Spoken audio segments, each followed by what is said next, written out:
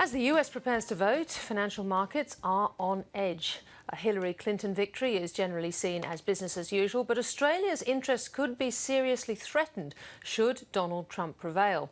Analysts say a market sell-off would be the start of a long period of volatility, culminating in a trade war between Australia's two biggest trading partners, the US and China.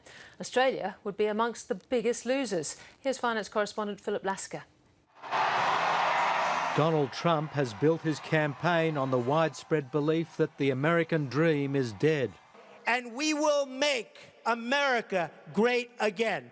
Making America great again should be welcomed by financial markets, but a Trump victory is expected to receive a brutal response. We'll see US equity markets fall a good couple of percent, I would think.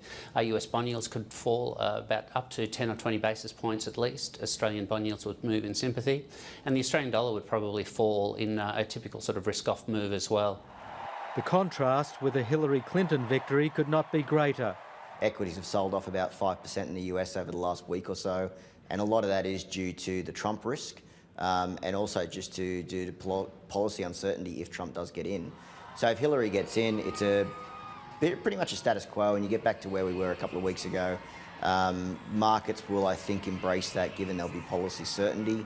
And her policy mix is marginally stimulatory. Financial markets also seem to be unimpressed by Trump's business credentials. Trump has consistently had an advantage among voters on the question of who could better manage the economy. So his self-image as a very successful businessman is very important to this. But his refusal to release tax returns shows that he doesn't want to open himself up to public scrutiny about exactly how successful he is as a businessman. But the lack of transparency is compounded by uncertainty. Despite the fact that Trump says he will surround himself with the best advisors, it's clear that Trump thinks that he is the world's greatest businessman.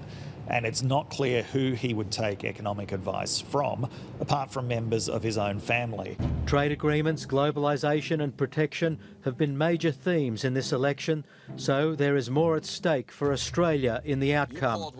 Donald Trump has labelled China a currency manipulator and proposed heavy restrictions on Chinese imports in an effort to protect US industries. Asia and Australia in particular are probably more susceptible to a Trump victory than most other countries. But the presence of Donald Trump on the right and radical Democrat Bernie Sanders on the left, both of whom have attacked trade deals, suggests that if she wins, it can't be business as usual for Hillary Clinton.